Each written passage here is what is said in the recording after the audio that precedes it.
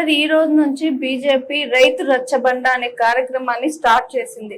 So ఈ కార్యక్రమం ద్వారా తెలంగాణలో ఉన్న రైతులకి ఎలాంటి సపోర్ట్ ఇస్తారు? ఈ కార్యక్రమం అసలు ఎందుకని ఈ కార్యక్రమం మొదలు పెట్టారు సార్? అంటే జనాభాలో 72% డైరెక్ట్ ఇండైరెక్ట్ ప్రజలంతా కూడా వ్యవసాయమే ఆధారపడడం. వ్యవసాయం అన్నది state subject as well as central subject. But ఎక్కువ శాతం రాష్ట్ర ప్రభుత్వం తీసుకునేటువంటి ఒక నిర్ణయాలు నిలబడి ఉంటాయి. రాష్ట్ర ప్రభుత్వం యొక్క వ్యవసాయం వాళ్ళు చూడాల్సిన బాధ్యత ప్రభుత్వం.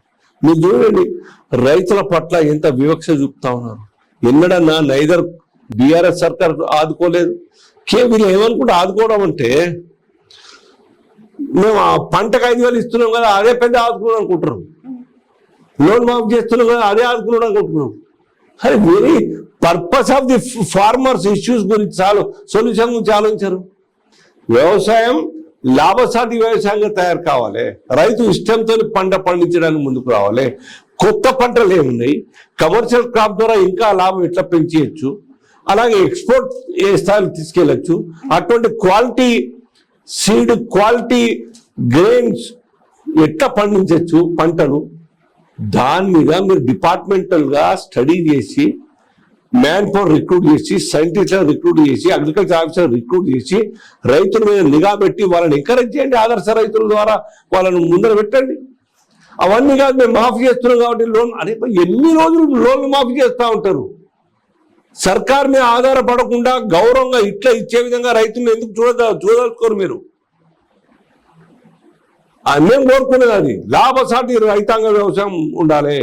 రైతులకు ఆ యొక్క గిట్టుబాటు మాత్రమే కాదు, లాభసాటి వ్యవసాయం కావాలి. అందుకని బీజేపీ ధర యొక్క పెంచుతా ఉన్న ఎంఎస్పి ఈ స్థాయిలో కొనాలని చెప్పేసి 1,100 రూపాయలు ఉన్నటువంటి వడ్ల ధర ఇవాళ 2,340 రూపాయలు. బీజేపీ వచ్చిన తర్వాత చెప్తున్నాను ఈ మాట.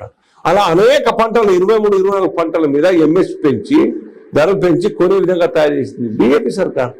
మరి కాంగ్రెస్ హయాంలో నైదర్ ఆ ధరలు పెంచలేదు, ఏ పంటకు కూడా బోనస్ ఇచ్చిన పాపాన పోలేదు కాంగ్రెస్ పార్టీ.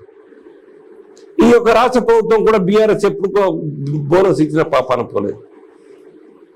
ఇది తేడా. మేము స్థూలంగా ఆ యొక్క వ్యవసాయ క్షేత్రాలన్నీ కూడా మార్పు రావాలి, అదే పోరాటం చేస్తున్నాం. కాబట్టి ఇవాళ రైతుల పక్షపాతిగా నిలబడి మేము పోరాటం చేస్తున్నాం, రైతులను ఆదుకోవాలని చెప్పేసి. రైతు మాఫీ, రుణమాఫీ కాదు, ఆ రుణం మళ్ళీ తీసుకొని దర్జాగా కట్టుకునే స్థాయికి రావాలి.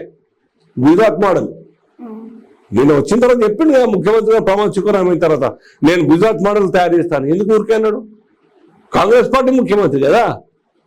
గుజరాత్ మోడల్ రాష్ట్రాన్ని తయారు చేస్తాను. ఇవన్నీ చేస్తే ఇండస్ట్రియలైజేషన్, ఐటీ, విదేశీ పెట్టుబడులు, ఎఫ్డిఐస్, వ్యవసాయం, సోలార్, ఇవన్నీ అనేక అంశాలు గుజరాత్ లో మరి చేసి చూపించింది మా యొక్క బీజేపీ సర్కార్, మోదీ సర్కార్.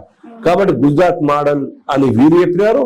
గుజరాత్ మొత్తం ట్రోలీని తీసుకెళ్లి కేటీఆర్ గారు చూసి వచ్చినారు. ఎందుకు చేసినారు? ఆదర్శ రాష్ట్రంగా తయారైంది కాబట్టి ఆ రకంగా చేయాలనే లక్ష్యం ఉన్నది. వీళ్ళతో కాదు, ఆశలు చూపి మొత్తం అడియాశల్లో ముంచేటువంటి ఒక సర్కార్లు, పార్టీలు. ఓన్లీ బీజేపీకి rescue state, rescue the farmers. Sir BJP వెనుక ఆర్ఎస్ఎస్ ఉందని చాలా మంది అంటున్నారా, అది ఎంతవరకు నిజము? బీజేపీ వెనుక ఆర్ఎస్ఎస్ లేదు, ఆర్ఎస్ఎస్ వెనుక బీజేపీ లేదు. మాకందరు కూడా మాతృ సంస్థగా మేము ఫీల్ అవుతాం. మేము బికాస్ సంస్కారం, దేశభక్తి, నడవడిక ఇవన్నీ కూడా మేము అంతా కూడా నేర్చుకునే ఆర్ఎస్ఎస్ తోనే. ఇవాళ వాజ్పేయి గారు కానీ, మోదీ గారు కానీ, అద్వానీ గారు కానీ, మేమందరం కూడా ఆర్ఎస్ఎస్ మూలాల నుంచి వచ్చిన వాళ్ళమే. అదొక పొలిటికల్ పార్టీ కాదు. నా పార్టీగా భారతీయ జనతా పార్టీకి డే టు డే యాక్టివిటీస్ గురించి గైడెన్స్ చేయదు. మీరు సంస్కారవంతులుగా, స్వయం సేవకులుగా తయారు కాండి. ఈ దేశ నిర్మాణం కోసం మీరు మంచి సుశిక్తులై పరిపాలనలో భారతీయ జనతా పార్టీ ద్వారా మీరు పర్ఫార్మెన్స్ చూపించండి.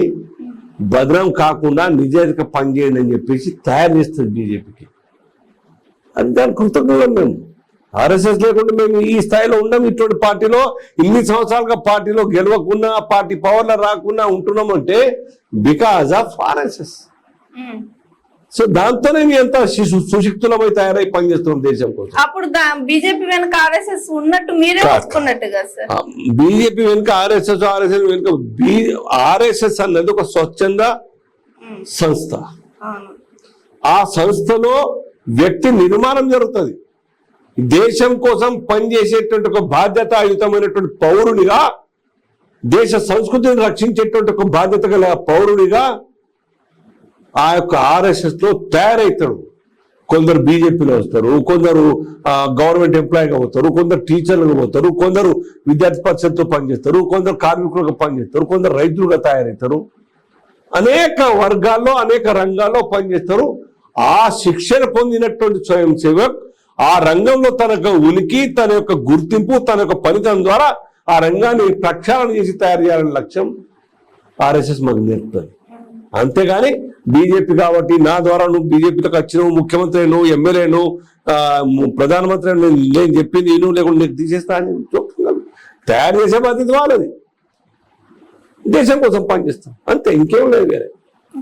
సార్, తెలంగాణ బీజేపీలో 2 గ్రూపులు ఉన్నాయి అని బాగా స్ప్రెడ్ అవుతుంది. ఇది ఎంతవరకు నిజం సార్? అంటే ఈటెల రాజేంద్ర గారు బీజేపీలో జాయిన్ అయినప్పుడు చాలా మంది మేము పార్టీ మారిపోతాం, బీజేపీలోకి ఈటెల రాజేంద్ర గారు రాకూడదు, ఇట్లా చాలా మంది బీజేపీలోకి వచ్చినప్పుడు వీళ్ళు గ్రూపులుగా విడిపోయారా అంటున్నారు. మీరు అంటున్నారన్న మాట అంటున్నారు కదా, ఒక్క నాయకుడికో మరి ఒక ప్రెస్ లో కనబడలేదు మనం మాట్లాడుతాం.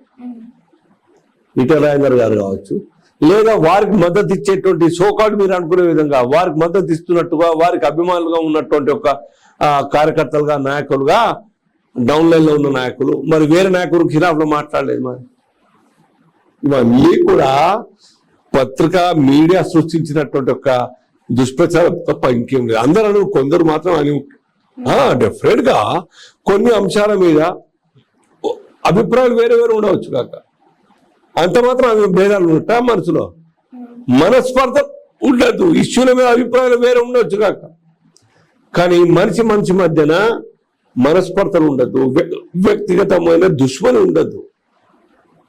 అది లేదు బీజేపీలో. పని ఏ విధంగా ఉండాలి, చేసే ప్రోగ్రామ్ ఏ రకంగా సక్సెస్ చేయాలంటే నేను ఒకటి చెప్తాను, ఇంకోటి చెప్తాను అనుకో, అల్టిమేట్ గా మెజార్టీ యొక్క ఒపీనియన్ ప్రివేల్ అవుతుంది. ఆ రకంగా జరుగుతూ ఉంటుంది. ప్యూర్లీ డెమోక్రటిక్ సిస్టమ్ లో పార్టీ యాక్టివిటీ నడుస్తుంది, నిర్ణయాలు జరుగుతాయి. ఇది మోనో పార్టీ కాదు, మోనోపాలిగా నడిచే పార్టీ కాదు. కేసీఆర్ గారు నిర్ణయం తీసుకుంటే సై అనడు, జీ హుజూర్ అనడు, అట్లా కాదు BJP. BJP has got its own style of functioning which depends upon democracy, democratic values మీద ఆ రకంగా నడుపుతాం. కాబట్టి అట్లేం లేదు, భేదాలు ఏం లేవు, సమైక్యంగా ఉన్నాం, సమిష్టి కృషి చేస్తున్నాం. కాబట్టి ఎన్ని సీట్లు గెలుస్తున్నాం. వీళ్ళు అందరూ ప్రజాక్షేత్రంలో పనిచేస్తున్నారు, తిరుగుతున్నారు కదా. ఇప్పుడు వస్తలేవు మరి, అప్పుడు ఎందుకు వచ్చినాయి? ఎలక్షన్ల ముందు మిగతా కొన్ని పార్టీలు, కొన్ని మీడియా సంస్థలు మా మీద చిచ్చు పెట్టే ప్రయత్నం చేసినాయి, దాన్ని డ్యామేజ్, ఆ పేరు మీద డ్యామేజ్ చేసే ప్రయత్నం చేసినాయి. మరి ఇవాళ ఎందుకు వస్తలేవు సేఫ్ స్టేట్మెంట్స్ వస్తున్నాయి? ఏం లేవు. కాబట్టి ఎలక్షన్ల ముందు చేసిన కుట్రలో భాగంగా మీరు అనుకోవాలి. Hi, this is Swathi. Like చేయండి, షేర్ చేయండి, కమెంట్ చేయండి అండ్ సబ్స్క్రైబ్ చేయండి GRTV. Hi, this is Monica. Please like, share and subscribe GRTV.